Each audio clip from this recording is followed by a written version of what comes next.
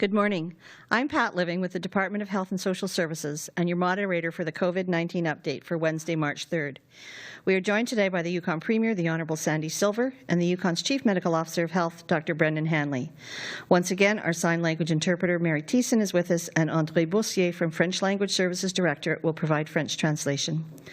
Following our speakers, we will go to the phone lines for questions from reporters. We will call you by name, and you will each have 2 questions. Before we begin, I would like to verify that everyone can hear us. If any one of the reporters are having problems, please email ecoinfo@yukon.ca. Premier Silver. Thank you very much, Pat, and thank you everybody for joining us here. It's great to be here with Mary and with Dr. Hanley and the team here on the traditional territory of the Taanquatching Council and the Kwanlin Dun First Nation. I'm very pleased to report that we continue to have 0 active cases of COVID-19 in the territory. This is very comforting news, and again, I want to thank all Yukoners for continuing to take all of the necessary precautions to keep each and every one of us safe. Practicing the Safe 6 and also masking up is still an incredibly important part of the equation as we deal with this pandemic. Last week, we received a large shipment of vaccine doses. The general clinic opened up in Whitehorse on Monday for all residents age 18 years of age and up, and they have also provided the second shots to those who are over 60 years of age. It is absolutely wonderful to see the clinic open, and I want to thank all of the nurses, the staff that are working there, and thank the residents of Whitehorse for their patience. By all accounts, the clinic is operating smoothly and effectively. The mobile teams are continuing to travel back to the communities to provide the second shot. They are in Dawson City and Carcross today, and will be in Pelly Crossing on Friday, and continue returning to other communities next week, including Carmax, Burwash Landing, and Destruction Bay, Faro, Haines Junction, Mayo, and Ross River. If you live in a community and did not get a shot the first time around, you still can get your first shot when the mobile clinics come through, and I strongly encourage you to do so. We have enough vaccine doses for everyone who wants a shot. Contact yukon.ca/thisisOurShot to book an appointment.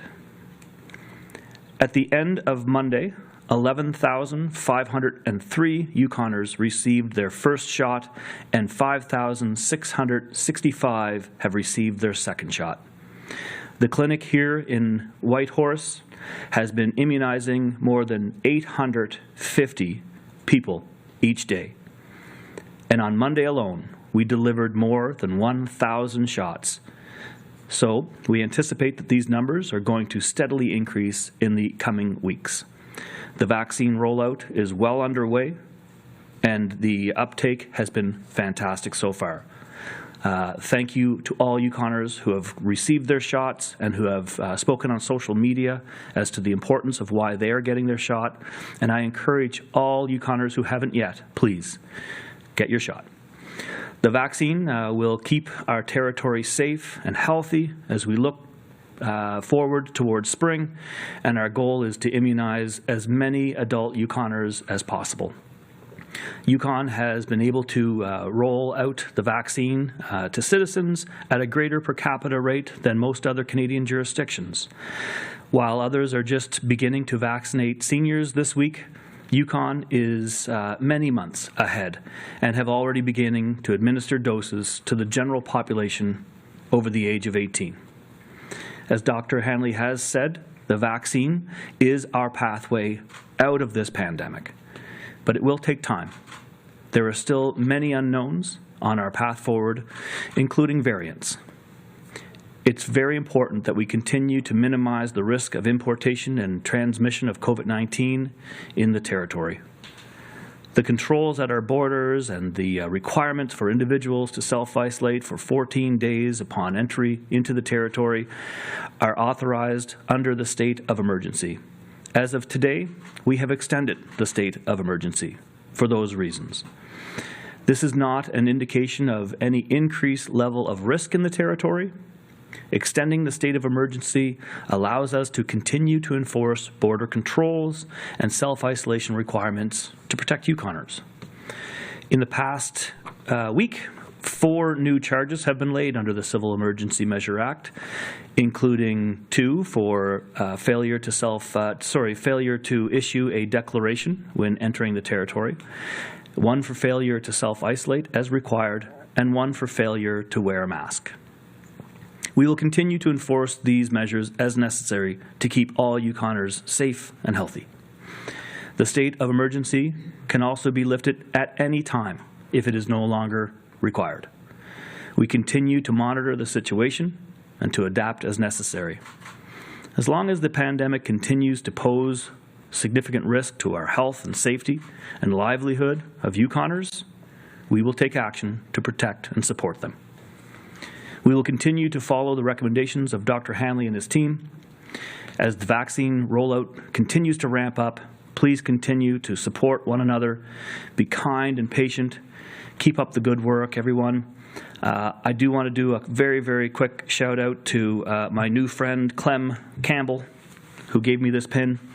Clem is from Prince Edward Island and is raising money for the Cancer Society. And he wants to remind everybody that even though you're wearing a mask, you still should be smiling. So thanks, Clem. I really appreciate the pin. Thanks to Premier Dennis King for involving me in that. Off to you. Thank you, Premier Silver. Dr. Hanley? Thank you. Good morning. Bonjour. Bon matin. As the Premier said, I'm also pleased to report that Yukon remains steady with no current active cases in the territory. And I, too, am grateful for Yukoners continuing to be so vigilant with the Safe 6+1. I know we're all becoming tired and sometimes maybe dismissive of the public health measures in place. But let me assure you that by following these measures, we have been able to maintain a low number of cases throughout the past few weeks, and our efforts continue to pay off. Though in general we've seen lower case counts in Canada in the past few weeks, we've also seen jurisdictions across the country hit hard recently.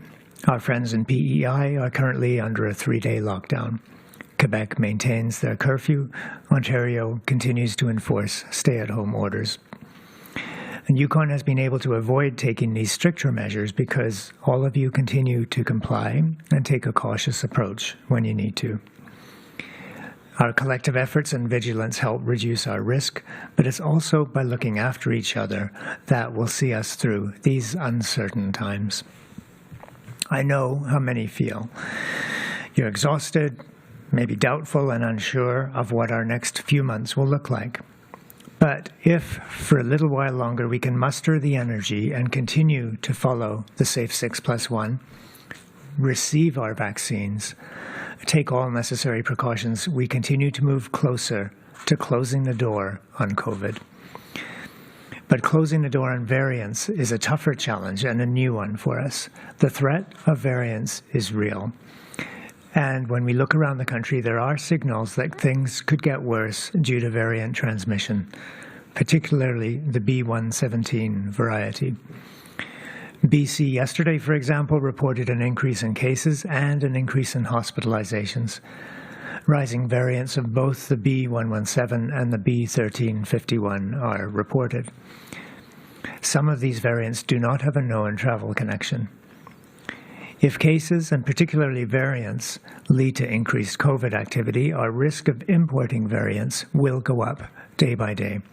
So while we face this risk, we can also profit from the opportunity to get our vaccinations before the variants find their way to the territory.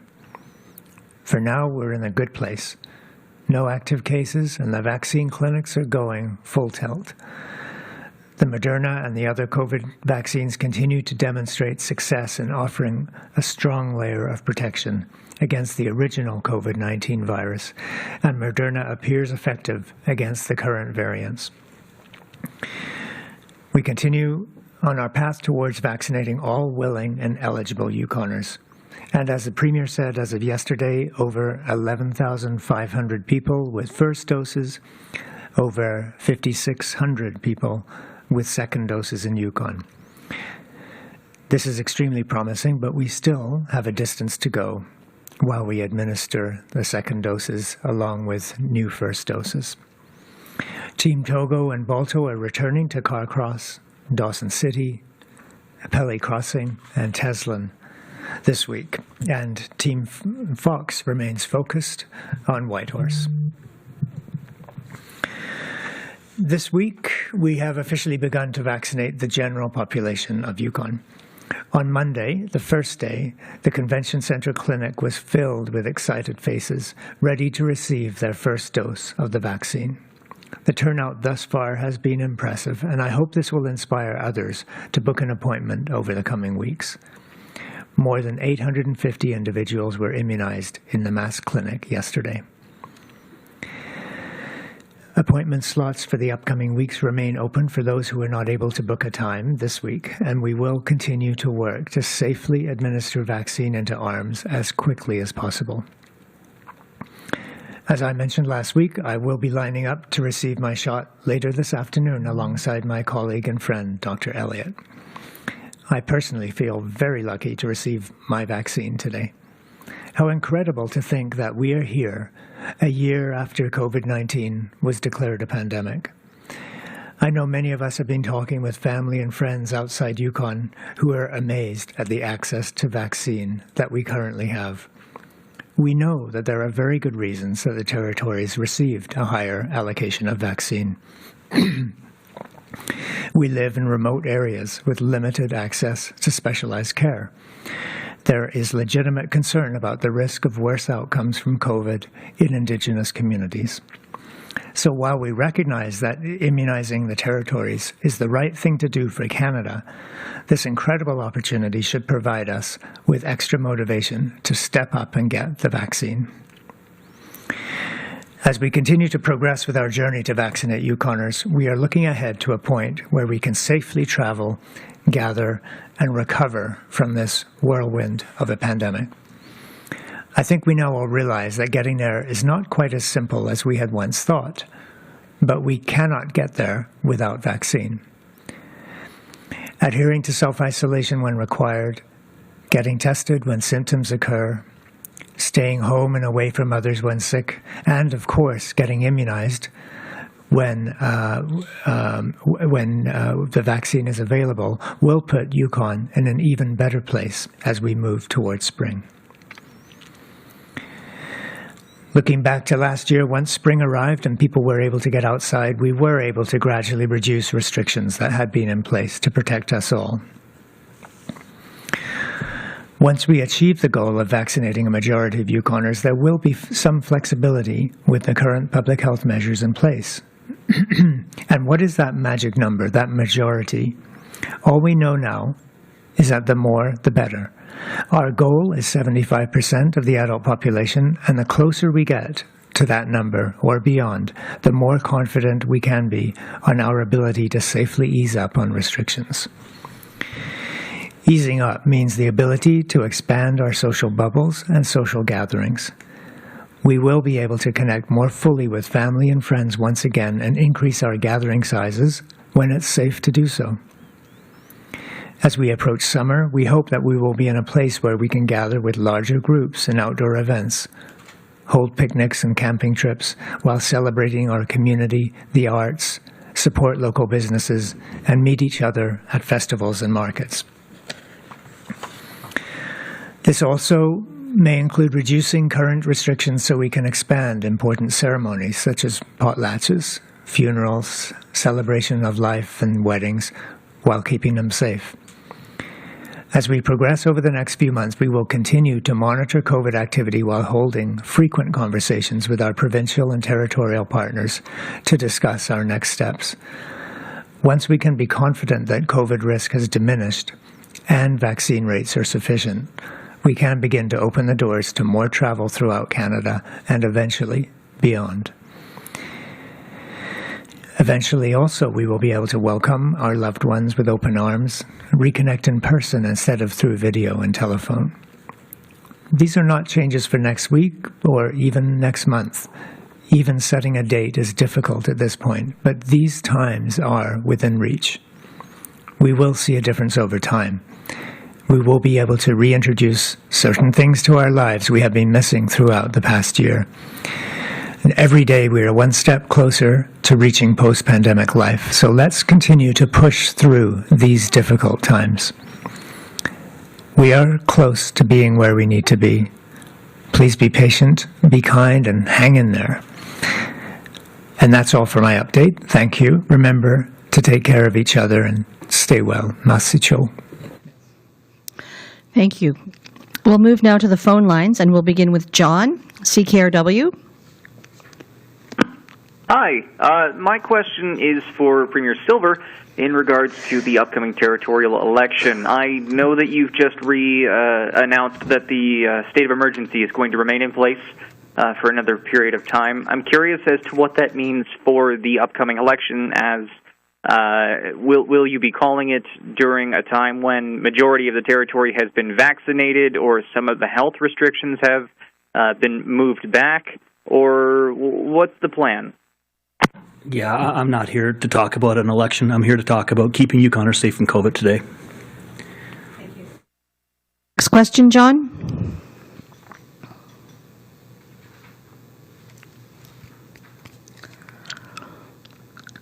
John, do you have another question?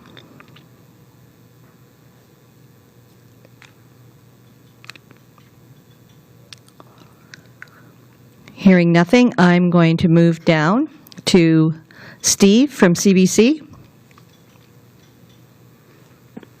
Hi, yeah, my question is for, I guess, Dr. Hanley.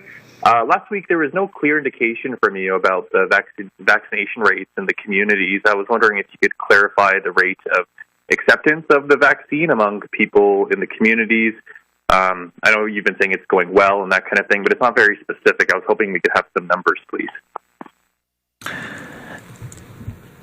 Yeah, I don't have numbers for you specific to communities. That's still an ongoing conversation, and I think I referred to the sensitivity around revealing specific community numbers, as well as some of the, there are many ways to report numbers and to establish what the denominator is. So there's still a work in progress on both confirming numbers, but also confirming with communities. And I think that the release of community data will be up to the specific communities. And what I said, I don't have an updated number from that overall average from the communities. That we said for that first sweep through the communities was 53%. What we are seeing with the second round is lots of people coming forward for the first round. So clearly we're going to get substantially higher than that 53% uptake. So I'm really looking forward to getting those numbers myself.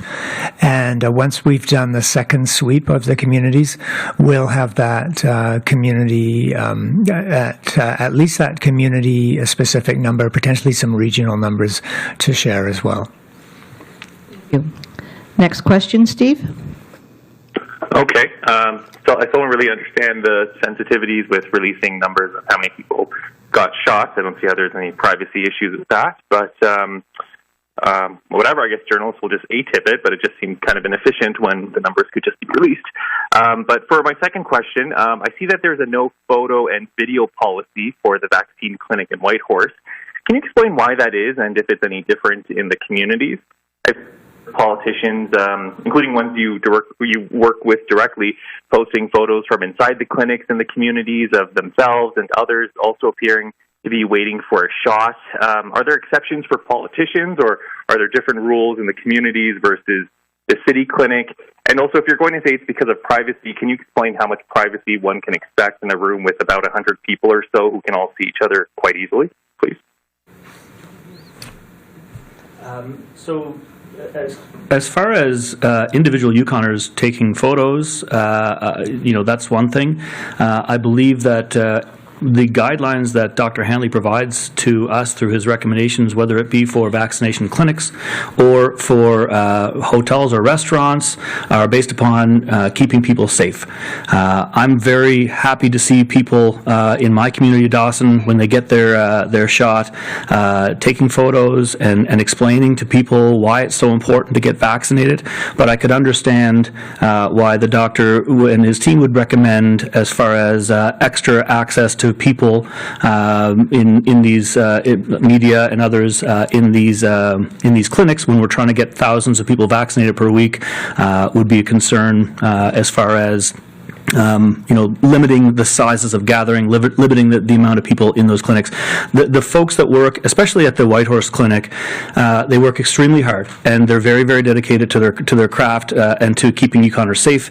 And I believe that would be the discrepancy between not wanting journalists in to go through this. But again, I don't know if Dr. Hanley has anything more to add about that. But I would understand it would be the sheer volume of numbers of people in the clinics.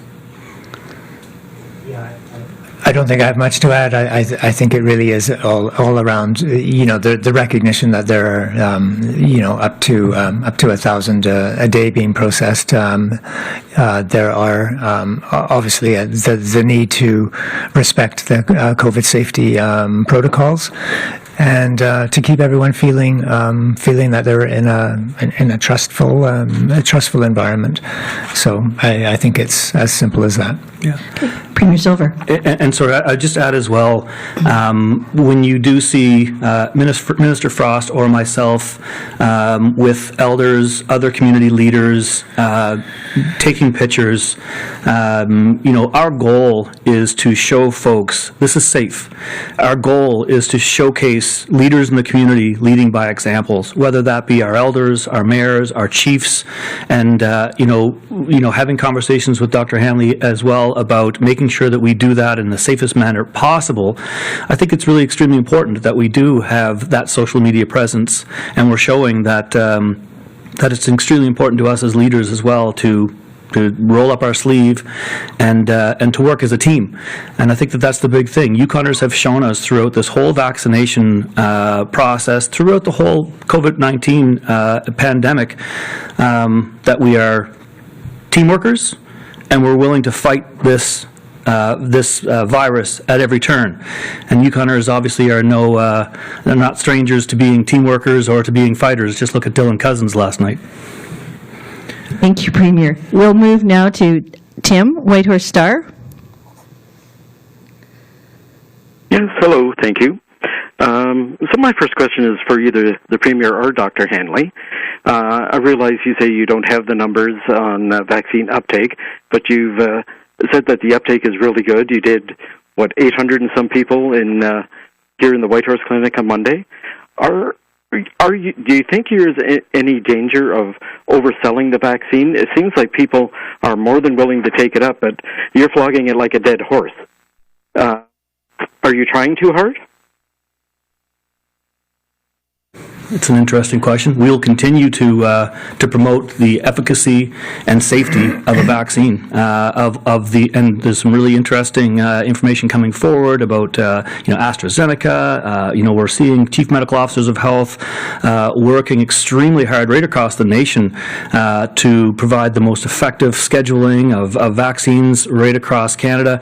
I know people are sick of talking about COVID, but we definitely believe that it's extremely important for us to get the most up-to-date information out there, and it's an ever-changing world. I just talked with Dr. Hanley yesterday about vaccine schedules across Canada, and the information we had a month ago compared to the information we have today. It's a moving target, and I don't feel like we're flogging a dead horse. I feel like it's our job and the media's job to promote the most up-to-date information about vaccine schedules, vaccine efficacy, and the scheduled appointments. But also, it's really important that Yukoners keep on promoting the reasons why they are rolling up their sleeve and getting this vaccine. We have international conversations about passports, COVID passports, and vaccine passports. Our goal is to not have to get there. Our goal is to make sure that enough Yukoners get the vaccine so that we don't have to have those conversations. Right across Canada, every premier and every chief medical officer is doing the same. We really do need people to get that vaccine. Maybe there's people out there that normally skip every second year for a flu vaccine. Those types of things, come up with reasons for like I never get sick. So I'm having those conversations with Yukoners right across the territory. Most people understand how important this vaccine is, and most people are doing their due diligence to get the most up-to-date information on these vaccine options. And we will continue to promote that. And I don't think it's flogging a dead horse. I think it's us doing our job to make sure that we keep Yukoners safe. Dr. Hanley? Yeah, I'll add a couple of things. I agree with what the Premier said, and I think, just as we try to anticipate where the risks are going to be tomorrow and next week and next month in terms of our COVID response, I think we also have to keep ahead of the vaccine information and stay on top of it and keep ahead of it and be able to talk about what we know. I get questions about vaccine every day, and I know that there are people who are hesitating. We know that we've had success stories with people holding back the first time and coming around for the second time for community visits, for example. But vaccine hesitancy is a reality, and the more we get to understand and know about it, the more we can address the questions that people have and give them the information that they need. So this is real. I think the worst thing that we could do would be to just sit back and let people kind of flood in, because eventually that flood will stop, and we will be left with people who have questions. So that I think the more we can address, anticipate, stay on top of those questions, the more comfortable people will feel coming forward for vaccine. Thank you. Do you have another question, Tim? I do, and this one is probably more for Dr. Hanley, especially considering some of what he just said. I'm not quite sure that I or other people understand why it's so difficult to put a framework in place. For instance, we had 4 weeks of not having an active case here, and then we had a couple. Why can't you put a framework in place that says, okay, after 4 weeks of not having any active cases, we can do this to perhaps loosen some of the restrictions, or after 2 months? Why is it so difficult to not be nebulous about what's going on?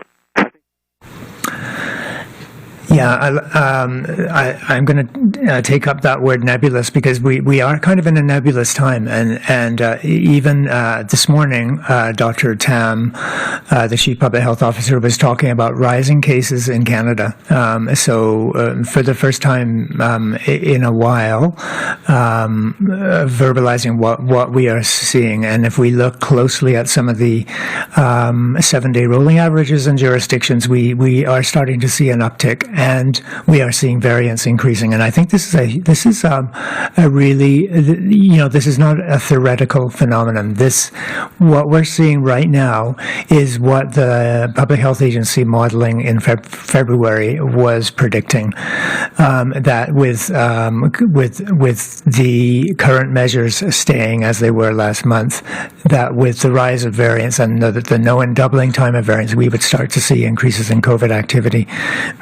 This is a huge consideration for us, because regardless of whether we have 0 or 10 cases right now, we are always managing risk and risk of importation, and that risk of importation has gone up with COVID activity in Canada, has declined somewhat, but is in danger of coming up again if we see a rise in COVID activity as a result of the rise of the variants. I'm very concerned about what's happening in the U.S. with some of the states that are opening up widely and setting a kind of a precedent for opening up in the face of what's burbling underneath, which is the rise of variants. So this is a real risk. Our strategy has always been risk-based, and we are assessing those risks while we think forward to If we get to a point where confident variants are under control, COVID activity is under control, then we have lots on the table that is in the planning. Also depending on the vaccine uptake, and so that's why we're flogging vaccine uptake. It's so critical to getting to a place where we can be much more confident about being able to then to propose a solid framework for opening up. Premier Silver? Yeah, I think the best analogy for here is it was only a few short weeks ago that we would say things here at the table like, we're not out of the woods yet. We can see a light at the end of the tunnel. Now we're in a situation where we see the finish line. But really, it's the variants, especially the South American, the Brazilian variant that we're still monitoring right now, and to see what the effects of these vaccines and boosters will be. But that is, there's variables we can control and there's variables we can't control. And that's an extremely important piece, is understanding the variables, the variants. I'm cautiously optimistic from what I hear from Dr. Hanley and the team, but really we're not going to speculate at this point. We will have more language very, very soon, if not today or tomorrow, on what we are, where we are on the path forward, a more understanding about what we can do and what we can expect, with best science to date today, and hearing great things out of other jurisdictions in Canada. It was just only a week to 10 days ago where there was still speculation as to vaccines rolling out over the next few years, and now we're back on that schedule again, and I think we always have been on that, so that Canada-wide, September is the date where we're really starting to see, at least by September for the rest of Canada, for vaccinations. So, it's... I wish we could come out here right now and say that the variants aren't a concern for Yukon because of the low cases, but that's just not where we are. We need to get more information on those variants, and we also need to update Yukoners on what we can do once Yukoners get vaccinated. Thank you. We'll move to Laurie Aurore-Boréal. J'ai pas de question, merci. To Camille, Canadian Press. Hi, thank you for taking my question. I'm still not clear, Premier and Dr. Hanley, on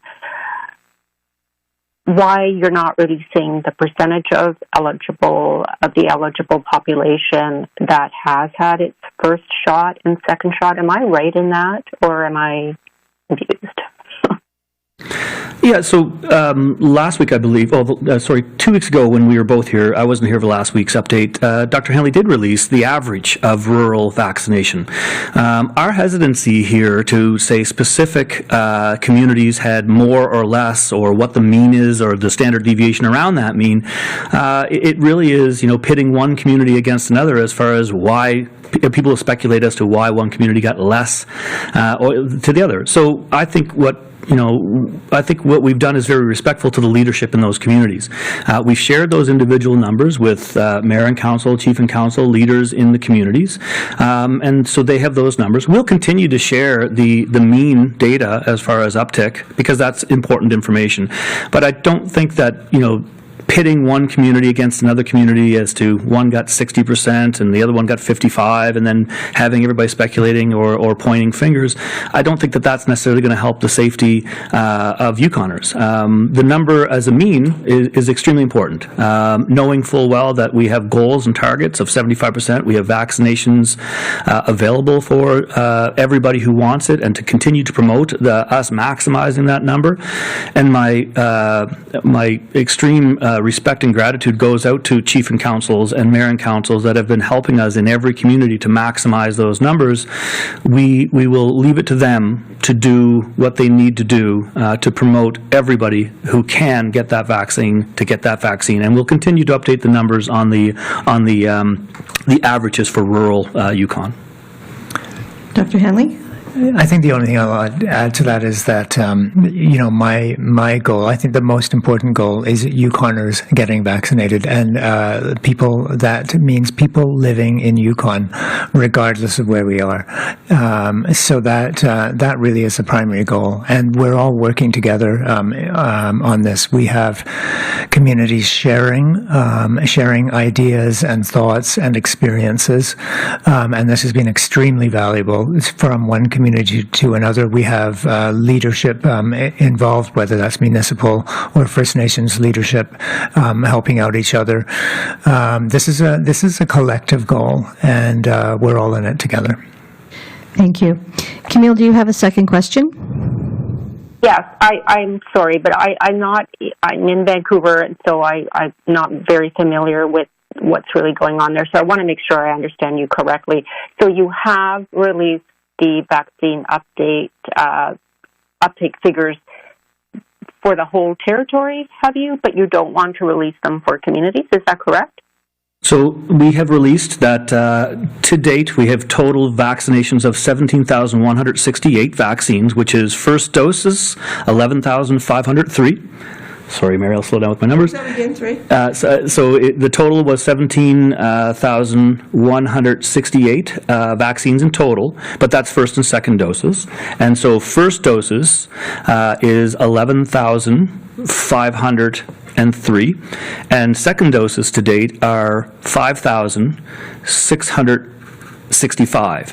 We've also released numbers for rural community as far as uptake of their adult population that have received the vaccination. What we haven't done is breaking that data down to specific communities. Watson Lake versus Beaver Creek versus Dawson, that type of thing. So we've definitely have the numbers out. We will continue to give the numbers and averages, and we will respect the individual communities to either release their individual communities' specific percentage of the adult population that's been vaccinated or not, based upon their leadership. Thank you. We'll move to Haley, Yukon News. Thank you. I had a question about sort of promotion of the vaccine, particularly through social media. We've seen some jurisdictions around the world offering sort of selfie stations for people who get the vaccine. I've noticed Yukon released Instagram stickers that can be used by people using the social media platform. Either Premier or Dr. Hanley, could you speak a little bit about that decision, I guess, asking people to promote their vaccination over social media and giving them these tools to do that? Yeah, I think Dr. Hanley will have maybe more to say about this than I do. To me, it's from the very beginning, before we even started promoting that type of social behavior online, we were seeing it from individuals in communities,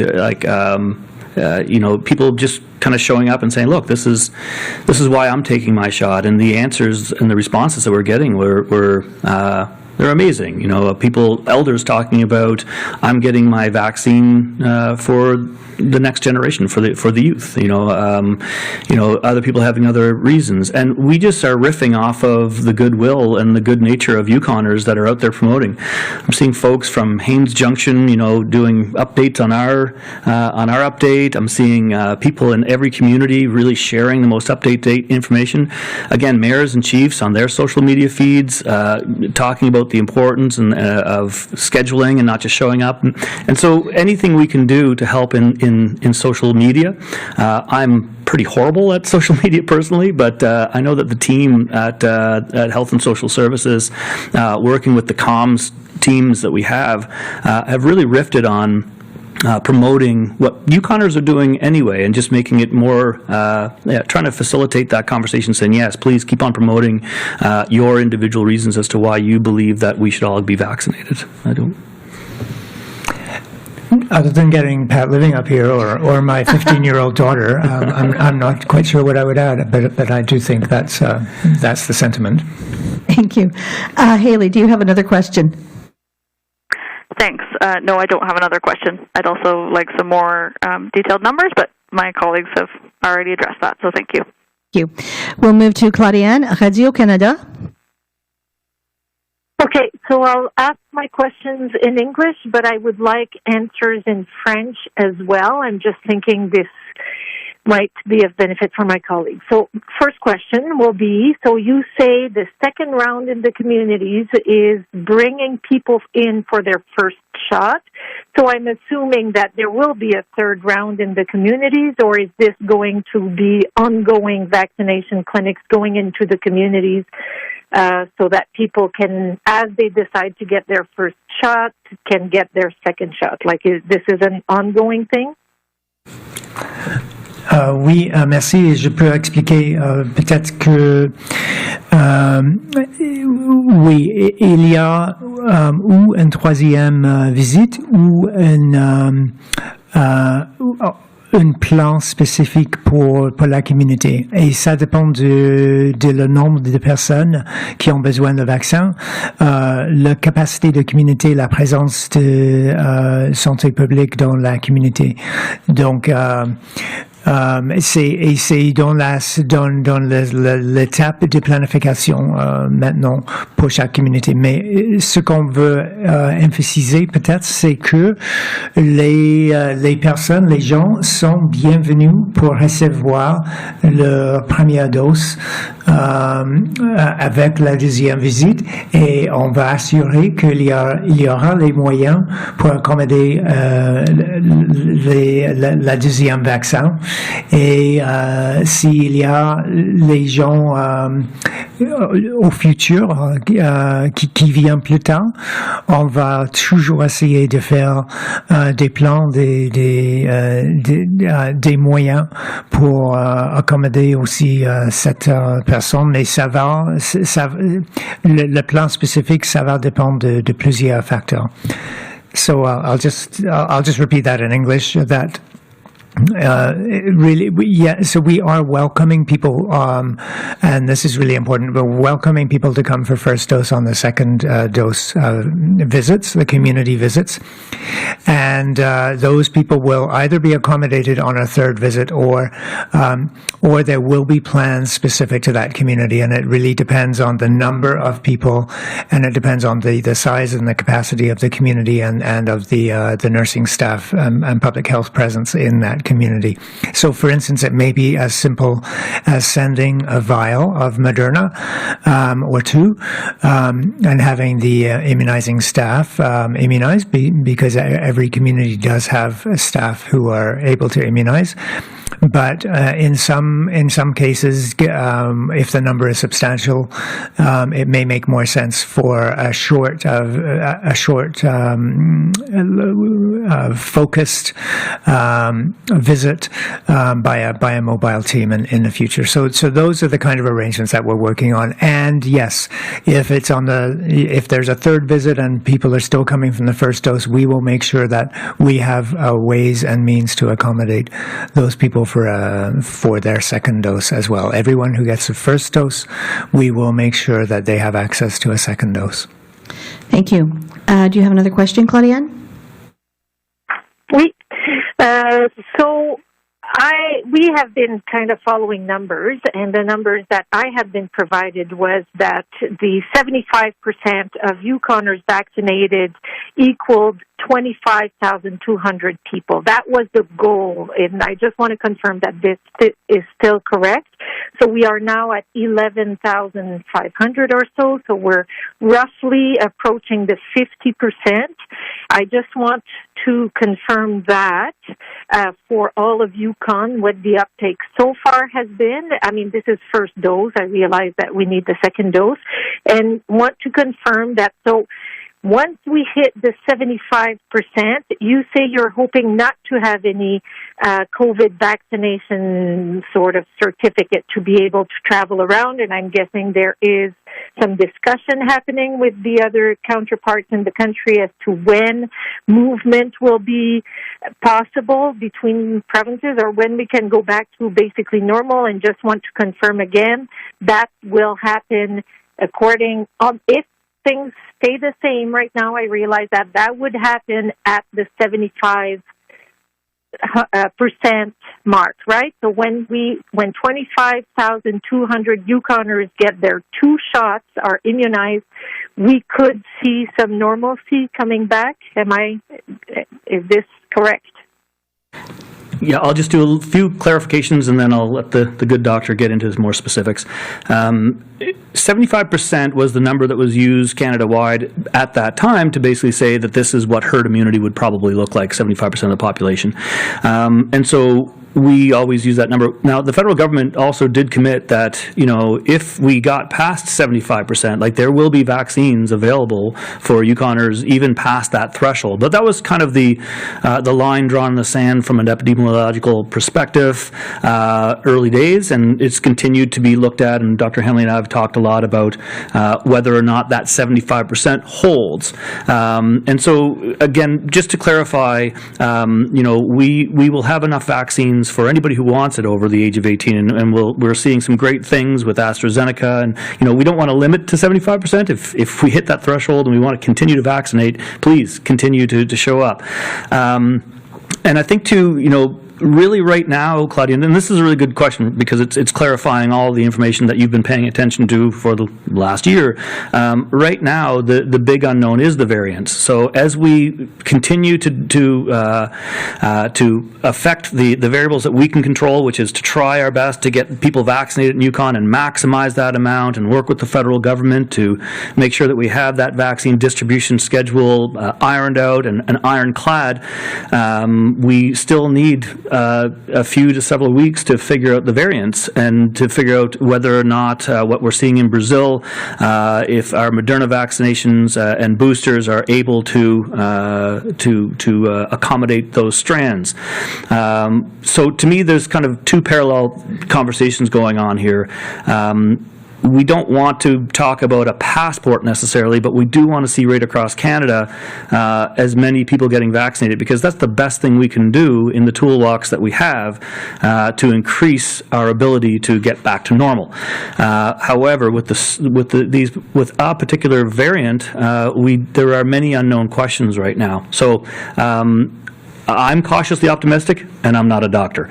So I'm going to continue to rely on the recommendations from our amazing medical team right across the country and how they partner and share information when it comes to the variants specifically. Maintenant en français. Oui, je peux dire pour le moment que 75% c'est le but, le cible. Et ça, comme le premier ministre a dit, c'est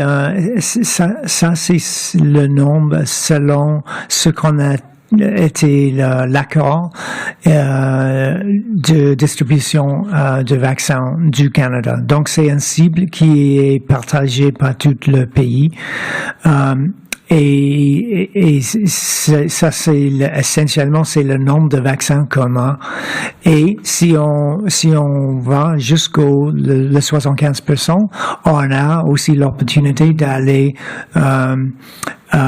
plus loin, jusqu'au 85% ou même plus. Donc on est assuré qu'on a assez de vaccins pour chaque Yukonais, chaque adulte Yukonais à ce moment qui veut recevoir le vaccin. Donc, qu'est-ce qu'il y a le nombre magique pour avoir immunité dans la population? Et ça, c'est un nombre qu'on ne sait pas. Ça peut être le même, ça peut être vers 70-75%.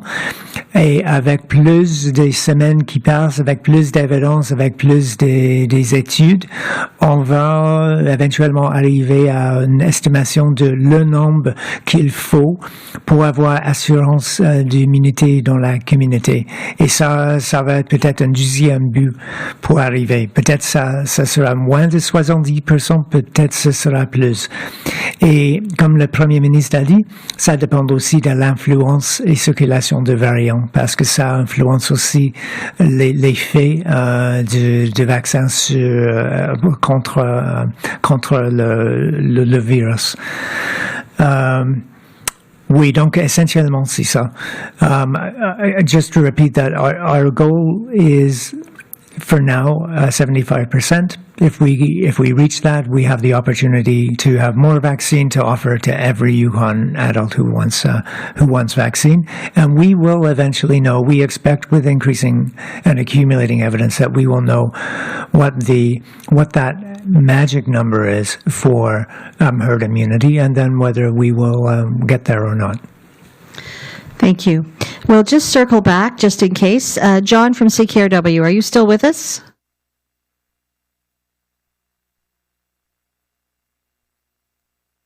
And hearing nothing, then we will thank everyone for their time today. The next COVID-19 update will take place on Wednesday, March 10th at 11:30 a.m.